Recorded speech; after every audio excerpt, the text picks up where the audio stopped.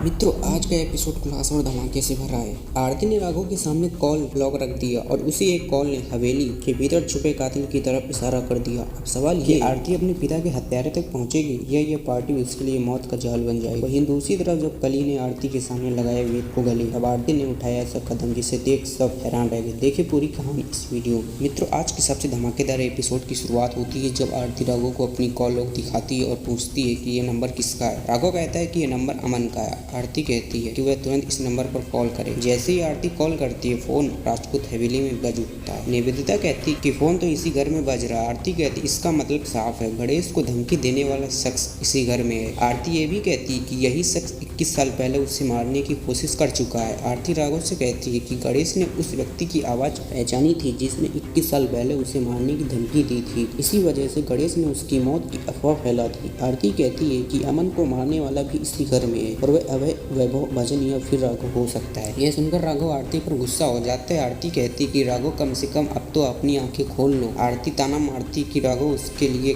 कभी अच्छे दादा नहीं बन पाए, लेकिन अब कम से कम अच्छे पिता बनकर अपने बेटे के कातिल को ढूंढने की कोशिश करें। आरती कसम खाती कि वह अपने पिता के हत्यारे को ढूंढ कर रहेगी। यह कहकर आरती पंकज के साथ वहाँ से चली जाती है। निवेदिता राघव से पूछती है कि आरती की बात सच है। निवेदिता से कहता है कि आरती की झूठी बातों पर विश्वास मत करो। साधिका कहती कि हमें आरती के आरोप को गंभीरता से लेना होगा क्योंकि यह गंभीर इल्जाम है। साधिका पूछती कि आखिर अमन का फोन किसने चालू किया। साधिका राघव से कहती कि वही अमन का फोन चालू किया करता था। राघव कहता है कि हाँ, वह अमन का फोन कभी कभी चालू करता है लेकिन उसने कोई कॉल नहीं किया और साधिका से कहता है कि उस पर भरोसा करें। भजन राघव से कहता है कि उन्हें सावधान रहना होगा क्योंकि आरती और पंकज बहुत तेजी से इस केस की जाँच कर रहे हैं और इस तरह से वे लोग मुसीबत में पड़ सकते हैं। युवराज राघव के पास आता है और कहता है कि उन्हें आज रात ही प्लान को अंजाम देना होगा। राघव मान जाता है। उधर भजन अपनी आवाज बदलकर आरती को कॉल करता है और कहता है कि वह उस पार्टी में आए जहां वह मौजूद है। वहां उसे अपने पिता के हत्यारे के बारे में जानकारी मिलेगी। आरती पूछती कि वह कौन है। भजन कहता है कि वह उसका शुभचिंतक है।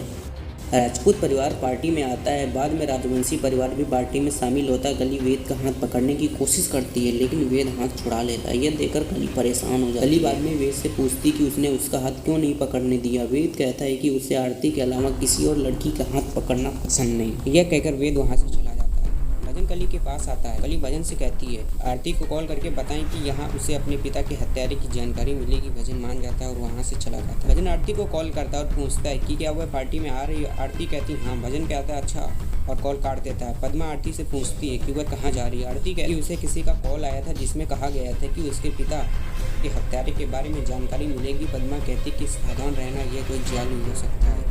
आरती कहती है कि चिंता मत करो, उसे बेवकूफ़ बनाना इतना आसान नहीं और वह वहाँ से चली जाती है। एपिसोड खत्म होता है लेकिन अगले एपिसोड में जब आरती पहुँचती है भजन के बुलाए गए पते पर, तब वहाँ बेचारी आरती के साथ हुआ ऐसा जिसे देख आपका दिल दहल जाएगा। देखिए अगली कहानी कल शाम 6 बजे। धन्यवाद।